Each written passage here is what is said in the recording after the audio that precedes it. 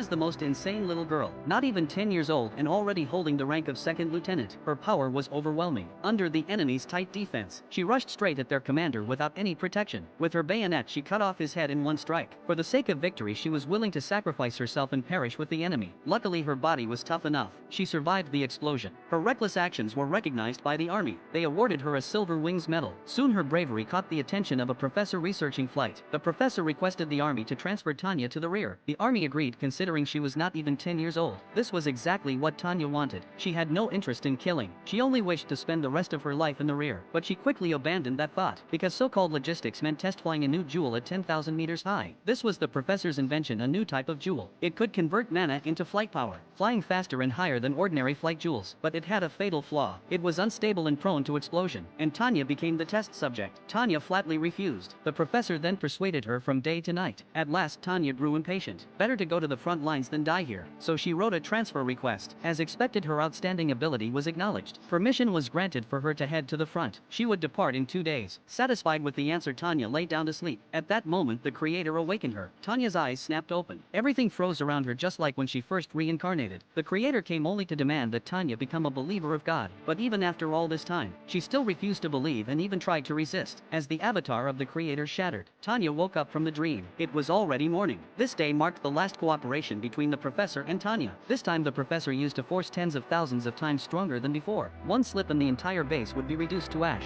Tanya did not want to participate, but the professor outranked her. Bound by duty to obey orders, she began the test flight. At only 5,000 meters the machine beneath her began to come apart. Tanya requested to abort, but the professor, full of confidence, told her that God would help. Suddenly the overload of energy caused the new jewel to spiral out of control. Just before it exploded, the world froze once again. The creator appeared before her. He gave Tanya a chance. As long as she prayed to him, she could control the unstable power. For the sake of survival she obeyed. We are not worthy of God's great miracles. I praise His holy name, and I submit to your glory.